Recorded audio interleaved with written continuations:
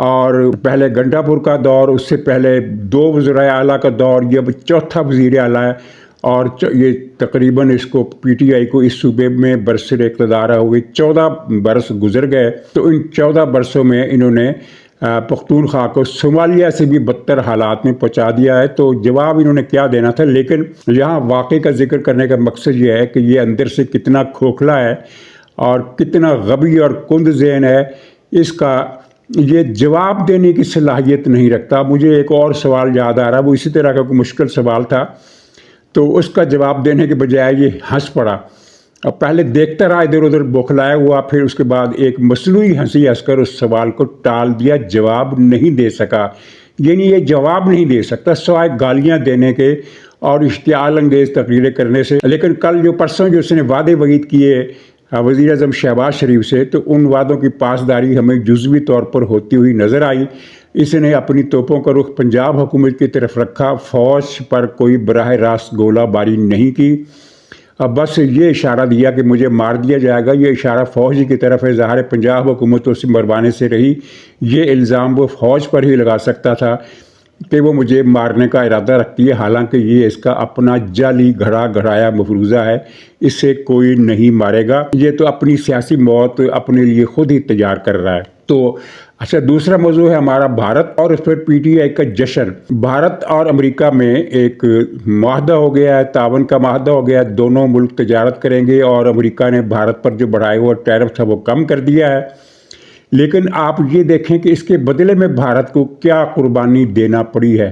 اب وہ ایران اور سعودی عرب سے تیل نہیں خریدے گا، اور ایران سے تو اس کی دوستی اتنی زیادہ گہری نہیں تھی حالیہ عرصے کے علاوہ،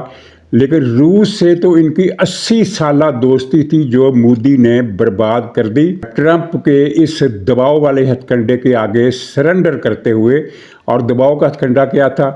دگنا ٹیرف کر دیا تھا، جو کہ بھارت کی تجارت کے لیے تباہ کن تھا۔ تو اب بھی جو بھارت کو فائدہ ہوگا وہ جزوی فائدہ ہوگا، اتنا فائدہ نہیں جتنا بعض لوگ سمجھ رہے ہیں، اس لیے کہ جتنے ارب ڈالر بھارت کو متوقع ہے اس یعنی پابندی ختم ہونے سے یا ٹیرف کم ہونے سے جو اس کو توقع ہے، اس سے زیادہ بھارت مجبور ہوگا امریکی سامان خریدنے کے لیے۔ یعنی یہ شرط جو منظور کی ہے مودی نے وہ یہ ہے کہ امریکہ سے 5 ارب ڈالر کا یہ تجارتی سامان خریدے گا، چاہے انڈیا کو اس کی ضرورت ہو یا نہ ہو، اور اس کی عوض بھارت 5 ارب ڈالر کا سامان امریکہ میں بیچے گا، جو کہ پہلے بھی بیچتا رہا ہے، اور ٹیرف کم ہونے کے بعد پرانی شرحوں پر وہ واپس دوبارہ بیچنا شروع کر دے گا۔ یعنی جو اس کو نقصان پہنچنا تھا اس کا ازالہ ہو گیا، لیکن جو امریکی مال یہ زبردستی خریدے گا اور وہاں اس کی مال کی پوری طرح کھپت اگر نہ ہو سکی تو بھارت خسارے میں جائے گا۔ اور اس کے علاوہ یہ بھی دیکھیے کہ انڈیا کو اب سستا تیل نہیں ملے گا، ایران اور روس کا سستا تیل خریدنے کے بجائے اب وہ باؤنڈ ہوگا کہ وہ وینزویلا سے یا امریکہ سے مہنگا تیل خریدے۔ اور آپ کو پتہ ہے وینزویلا کہاں ہے؟ یہاں کے حساب سے وہ 7 سمندر پار کا علاقہ ہے، اور وہاں سے یہ تیل آئے گا اور انڈیا اس کو خریدے گا تو مہنگے داموں خریدے گا، امریکہ سے خریدے گا تو بھی مہنگے داموں خریدے گا۔ تو یہ کوئی اتنا زیادہ منافع بخش کاروبار نہیں کیا ہے، سمجھوتا نہیں کیا ہے۔ ہاں یہ ہے کہ جو بہت بڑا گھاٹا ہونے والا تھا وہ اس کو نہیں ہوگا۔ وہ کیا ایک محاورہ ہے کہ اگر روپیہ جاتا ہے تو اور چونی کو اگر بچا سکتے ہو تو چونی ہی کو بچا لو، کوئی اس طرح کا ہندی محاورہ جو مجھے اس وقت یاد نہیں آ رہا، کہ بھاگتے چور کی لنگوٹی ہی صحیح والا کچھ ملتا جلتا معاملہ ہے، کہ جو بہت بڑا نقصان ہو رہا تھا اس کی جگہ اب کم نقصان ہوگا، سراسر فائدہ والی بات کوئی نہیں ہے۔ اچھا، اس میں پاکستان کے لیے کیا سبق ہے؟ اور میں نے ایک پروگرام میں کہا تھا کہ امریکہ بھارت کا مذاق تو اڑا رہا ہے، لیکن امریکہ افورڈ نہیں کر سکتا کہ وہ بھارت کو اپنے ہاتھ سے نکلنے دے، ایسا نہیں ہوگا۔ اور پھر یہ آپ نے دیکھ لیا کہ وہی ہوا، امریکہ نے جو کچھ کیا بھارت کے ساتھ، جو اس کا مذاق اڑایا، جو اس کو تمسخر کیا، اس کا بنیادی مقصد ایک ہی تھا، وہ یہ تھا کہ دباؤ ڈال کر انڈیا کو دوبارہ اپنے قریب لایا جائے، اور اس میں ٹرمپ کامیاب رہا۔ اور یہ ساری گیم یہی تھی کہ روس اور ایران کے تیل خریدنے سے انڈیا کو روک دیا جائے، اور ٹرمپ اپنے اس مقصد میں کامیاب رہا۔ اب مودی بہرحال یہ ظاہر کر سکتا ہے اپنے عوام تک کہ دیکھو میں نے کیسی ڈپلومیسی سے کام لیا، یورپی یونین سے بھی مراعات لے لیں، امریکہ سے بھی مراعات لے لیں، بھی امریکہ سے کیا مراعات لی، یہ مراعات پہلے بھی حاصل تھیں، صرف یہ ہوا کہ امریکہ یہ مراعات چھین رہا تھا تو اب وہ چھیننے کے ارادے سے باز آ گیا، لیکن مفت میں باز تو نہیں آیا، آپ کو سستے تیل سے محروم کر دیا ہے اور بھارت کو ناقابل اعتماد ملک اس نے باور کرا دیا ہے کہ جو روس اور ایران سے اتنی گہری دوستی کو قربان کر کے امریکی دباؤ کے سامنے جھک گیا۔ بہرحال اس میں انڈیا کا فائدہ تو ہے، اور پاکستان کے لیے ایک سبق یہ ہے جس کا میں نے اس وقت ذکر کیا تھا جب یہ پاکستانی حکومت نے ٹرمپ کو نوبل امن انعام دینے کی سفارش کی تھی، تو میں نے کہا تھا کہ اس اقدام سے پاکستان کی دنیا بھر میں بے عزتی ہوئی ہے، اور دنیا میں کسی بھی جگہ پاکستان کی اس خوش آمدانہ پالیسی کو اچھا نہیں سمجھا گیا، اور پاکستان کو چین کی قیمت پر سارا انحصار امریکہ پر کرنے کی پالیسی اختیار نہیں کرنی چاہیے، لیکن افسوس کہ پاکستان نے ایسا ہی کیا، سارے انڈے امریکہ کی جھولی میں ڈال دیے اور چین کو ناراض کر دیا، اتنا زیادہ نہیں جتنا بھارت چاہتا تھا، لیکن بہرحال چین اب اتنا گرم جوش نہیں ہے پاکستان کے معاملے میں، تو وجہ اس کی یہی ہے کہ یہ امریکہ کو خوش کرنے کے لیے پاکستانی حکومت بہت آگے چلی گئی، اور پھر جس طرح شہباز شریف نے ٹرمپ کی تعریفی کی، ان کو بھی دنیا بھر میں نوٹ کیا گیا کہ اس حد تک نیچے گر کر خوشامد کرنا کسی چھوٹے موٹے ملک کے سربراہ کو بھی زیب نہیں دیتا، چہ جائے کہ پاکستان جو ایک ایٹمی طاقت ہے، جو 24 کروڑ آبادی کا ملک ہے، اور جس نے حالیہ جنگ میں بھارت کو شکست دے کر اپنی دھاک بٹھائی ہے، تو اس پاکستان کو سر اٹھا کر بات کرنا چاہیے، نہ کہ قدموں میں گر کر، جو کہ شہباز شریف صاحب گرے، اور شہباز شریف صاحب نے یہ کام بہرحال اچھا نہیں کیا۔ اچھا، اب اس پر پی ٹی آئی نے جشن منایا، اور پی ٹی آئی کا سارا سوشل میڈیا، ان کے جو خاص طور پر پاکستان سے باہر بیٹھے ہوئے بلاگر ہیں، انہوں نے تو یہاں تک فکرے کہے کہ یعنی شرم آتی ہے کہ ان کو دہراتے ہوئے بھی کہ دیکھو پاکستان تو بڑھ گیا۔ یہ لفظ پی ٹی آئی کے بلاگروں نے استعمال کیے ہیں، بھی پاکستان کو کیا نقصان ہوا ہے۔ انڈیا کی تجارت اگر بحال ہوئی ہے تو یہ ٹھیک ہے، ہمیں اچھا نہیں لگا، لیکن اس میں سے پاکستان کو کیا نقصان ہوا؟ کیا پاکستان کی تجارت بند ہو گئی؟ جتنی بھی تھی تھوڑی ہے یا بہت ہے، وہ یعنی جیسے حالات اچھے تھے یا اچھے نہیں تھے پہلے تھے ویسے ہی رہیں گے، لیکن انہوں نے اپنا خب سے باطن یہ ظاہر کیا کہ پاکستان بڑھ گیا، اور پھر جنرل حافظ عاصم منیر کو نام لے کر گالیاں دی گئی، شہباز شریف کا مذاق اڑایا گیا، اور ایک جشن کا سماں تھا امریکہ بھارت تجدید محبت کی اس واقعے پر انہوں نے جو جشن منایا، اور یہ پہلا جشن نہیں تھا، اس سے ایک دن پہلے انہوں نے پھر جب ایک اور جشن منایا تھا، وہ تھا بلوچستان کے سانحے کا، پاکستانی فوج کا تمسخر اڑایا اور کہا کہ بلوچوں نے واہ کی ٹھکائی کی پاکستان کی، حالانکہ ٹھک تو وہ خود گئے، یعنی ان کی افرادی قوت کا اچھا خاصا حصہ پاکستانی فوج نے صاف کر دیا، ختم کر دیا، اور اس کے علاوہ بھی ان کو نقصانات پہنچے ہیں، مثلا جو گرفتار ہوئے، جو مارے گئے، ان کی لاشوں سے جو چیزیں ملی، 50 کروڑ روپے کے تو ہتھیار ہی ان کے پاکستان کی فوج نے قبضے میں لیے، اور ان کی اسٹریٹجی کے بارے میں پاکستان کو بہت قیمتی اطلاعات ملی، جس کے بعد بی ایل اے کو اس میں کوئی شبہ ہی نہیں کہ بی ایل اے کو بہت نقصان پہنچا ہے، لیکن چونکہ یہ اچانک حملہ ایک ایمبیرسمنٹ کی فضا تو پیدا کر گیا تھا کچھ دیر کے لیے، تو اس پر پی ٹی آئی والوں نے جشن منایا، اور ان کا ذکر جب قومی اسمبلی میں ہوا تو پھر پی ٹی آئی کے ترجمان وقاص اکرم راجہ نے لا تعلقی ظاہر کی اور کہا کہ ان سوشل میڈیا اکاؤنٹ سے پی ٹی آئی کا کوئی تعلق نہیں ہے، حالانکہ ساری دنیا جانتی ہے کہ یہ سارے کے سارے اکاؤنٹ جو ہے پی ٹی آئی کے ہیں، اور یہ کوئی پہلی مرتبہ نہیں، 2 جشن تو انہوں نے 2 دن میں منائے، اس سے پہلے بھی کئی مرتبہ انہوں نے جشن منائے، مثلا جب انڈیا نے پاکستان پر حملہ کیا تو ان کا کیا رویہ تھا، اتنا شرمناک رویہ تھا کہ میرا نہیں خیال کہ دنیا کے کسی اور ملک میں دشمن ملک سے جنگ کی صورتحال میں کسی ملک کی اپوزیشن نے یہ طرز عمل ظاہر کیا، اور جو پی ٹی آئی نے کیا، باقاعدہ جشن منایا، یہ کہا گیا کہ اب آ گیا بھارت پاکستانی فوج کو نانی یاد کرانے کے لیے، اب ان کو پتہ چلے گا، اب ان کو مزہ آئے گا، یہ بھارت کی فوجیں پاکستان میں گھسیں گی تو پاکستان کے عوام ان کا خیر مقدم کریں گے، بھارت پتہ نہیں کیا، یعنی دہراتے ہوئے بھی تکلیف ہوتی ہے جو کچھ انہوں نے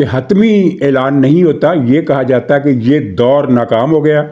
اب کل پھر بات ہوگی یا اگلے ہفتے پھر بات ہوگی۔ تو کچھ مبصرین کا یہ اندازہ ہے کہ شاید یہ سلسلہ 10 ہفتوں تک یا 8 ہفتوں تک چلے گا، یہ ان کا خیال ہے۔ اس کی بنیاد کی کوئی اطلاع نہیں، لیکن سابقہ مذاکراتی ادوار جو چلتے رہے ان کا تجربہ یہ بتاتا ہے کہ معاملہ شاید 4 ہفتے، 8 ہفتے یا 10 ہفتے تک ملتوی ہو جائے۔ اب یہ دیکھنا پڑے گا کہ جمعے کو یہ مذاکرات کا پہلا دور کس شکل میں ختم ہوتا ہے، ناکامی کے اعلان کے ساتھ ختم ہوتا ہے یا پیش رفت کے اعلان کے ساتھ ختم ہوتا ہے، یا اس اعلان پر ختم ہوتا ہے کہ مزید بات چیت 2 دن بعد ہوگی، 1 ہفتے بعد ہوگی۔ بہرحال اب ایرانی حکومت کے اندر ایک خوف ہے، کیونکہ انہوں نے جتنا بڑا مسیکر کر دیا ہے، میرا خیال ہے کہ شاید ان کا ارادہ اس طرح کا نہیں تھا۔ ہوا یہ کہ انہوں نے پولیس کو، یعنی ان پاسداران انقلاب کو فری ہینڈ دے دیا، اوپن لائسنس دے دیا کہ جتنے چاہے لوگ مارو، آپ کو اجازت ہے۔ ہو سکتا ہے حکام کا اندازہ یہ ہو کہ 1200 افراد کو مار دیں گے تو یہ تحریک ختم ہو جائے گی، لیکن نیچے والوں نے تو کمال کیا، انہوں نے تو پھر اس طرح مارا جیسے چڑیاں ماری جاتی ہیں چڑی مار مہم کے دوران، یعنی لاکھوں میں تعداد پہنچ گئی۔ اب اس کے بعد ایک مرتبہ تو پورے ایران پر سناٹا چھا گیا کہ ایک ایک گھر سے کئی لاشیں اٹھی، کوئی محلہ، کوئی آبادی ایسے نہیں تھی جہاں لاشیں نہ گری ہوں۔ پھر گھروں سے لوگوں کو گرفتار کر کے باہر لایا گیا اور وہاں گلی میں لا کر کھڑا کر کے مارا گیا، یا انقلابی سینٹرز پر لے جایا گیا، وہاں جا کر ان کو شوٹ کر دیا گیا یا پھانسی دے دی گئی۔ تو اس کے بعد پھر ایک رد عمل جو تھا وہ اس طرح کا تھا کہ ہمارے پیارے مر گئے، اب ہم جی کے کیا کریں گے۔ تو یہ صورتحال ہے۔ تو اس حوالے سے پھر کل رائٹر نے ایک خبر جاری کی ہے، ایرانی انٹیلیجنس حکام کے 4 سینئر افسروں نے خامنائی صاحب کو ایک اجلاس میں یہ رپورٹ دی کہ اس وقت عوام کا جو رجیم کے ساتھ عوام کی جو نفرت ہے وہ انتہا کو عبور کر گئی ہے، اور وہ کسی وقت بھی لابا دوبارہ پھٹے گا۔ اور اس مرتبہ اگر تحریک چلی اور خاص طور پر اگر امریکہ نے حملہ بھی کر دیا تو پھر ہم نظام کو نہیں سنبھال سکیں گے۔ یہ بالکل 2 ٹوک اور قطعی الفاظ میں ایرانی اداروں نے خامنائی صاحب کو رپورٹ دے دی ہے، یہ خبر رائٹر نے جاری کی ہے۔ اور اس پر خامنائی صاحب خاموش رہے، انہوں نے کوئی کمنٹری نہیں کی، کوئی جواب نہیں دیا۔ مثلا ہوتا ہے نا کہ نہیں کوئی بات نہیں، دیکھ لیں گے، کچھ کرتے ہیں، کوئی اس طرح، یعنی کسی قسم کا تبصرہ، کوئی فکرہ کوئی ان کے منہ سے نہیں نکلا، وہ خاموش رہے، اور اسی خاموشی میں یہ اجلاس پھر مکمل ہو گیا۔ اور صورتحال یہ ہے کہ ایران میں اس مرتبہ جو لابا پک رہا ہے وہ جنوری کے مظاہروں سے پہلے پھٹنے والے لابے سے کئی گنا زیادہ خطرناک اور خونی ہے۔ پہلے یہ تھا کہ گولی چلتی تھی تو لوگ بھاگ کر اپنے آپ کو بچانے کی کوشش کرتے تھے، اگرچہ بچا نہیں پائے، ہزاروں مظاہرین مارے گئے، لیکن اس مرتبہ جو مظاہرین نکلیں گے وہ یہ سوچ کر نکلیں گے کہ اب ہم نے گھر واپس نہیں جانا۔ اور دنیا کی تاریخ میں اس طرح کی مثالیں ہیں، خاص طور پر ایسے لوگ جن کے 3 بیٹے مر گئے، وہ ان کے لیے زندگی ہو گئی ہے بے معنی، اب وہ انتقام کی سوچ رکھتے ہیں، اور اس انتقام کی سوچ میں وہ مر جانے کے لیے باہر نکلیں گے۔ اور پھر وہ دھماکہ ہو گیا جس کا کسی کو اندازہ نہیں تھا۔ وہ دھماکہ یہ ہوا ہے کہ تہران کے بازار بزرگ، جہاں سے یہ تحریک جنوری کی شروع ہوئی تھی، اس بازار بزرگ کی طرف سے ایک اعلامیہ جاری ہوا ہے کہ شہداء کے چہلم پر 17 اور 18 فروری کو اس روز 40 دن مکمل ہو جائیں گے۔ اس روز پوری قوم سڑکوں پر نکلے اور اجتماعات کرے، یعنی انقلاب کی کال دے دی گئی ہے۔ اور اس کال کے بعد ایرانی حکومت کے اندر پینک کے آثار ہیں، بہت زیادہ پینک کے آثار ہیں، خوف، ٹینشن، تشویش، یہ ساری چیزیں ایرانی رجیم میں ہمیں پہلے بھی نظر آ رہی تھی، لیکن اب یہ خوف اس کال کے بعد، یعنی اس کال کی بالکل توقع نہیں تھی ایرانی حکام کو کہ بازار بزرگ، یعنی تہران کی وہی بڑی منڈی، وہی بڑی مارکیٹ جہاں سے یہ جنوری والی تحریک شروع ہوئی تھی، وہاں سے اب دوبارہ کال دے دی گئی ہے۔ اور یہ بہت بڑی خبر ہے جو فوراً ہی پوری دنیا کے نوٹس میں آئی ہے۔ تو دیکھیے کیا ہوتا ہے۔ اور اب تو ایران کے حکام اتنے مایوس ہیں کہ انہوں نے سعودی عرب پر الزام لگایا ہے کہ وہ بظاہر تو امن کی کوششیں کر رہا ہے، لیکن امریکہ کو در پردہ یہ کہہ رہا ہے کہ ایران پر حملے میں دیر مت کرو، ظاہر ہے یہ خبر سراسر غلط بیانی ہے، اس لیے کہ ایران کے حکام کو یہ بات کس نے بتائی کہ سعودی عرب نے امریکہ سے یہ بات کی ہے؟ کیا اس نے کوئی ٹیلی فونک یا وائر پکڑا ہے، کوئی میسج کا سراغ لگایا ہے، یا امریکہ کے کسی وائٹ ہاؤس کے دفتر خارجہ کے پینٹاگان کے کسی افسر نے ایران والوں کو یہ بتایا ہے؟ ان میں سے کسی بات کا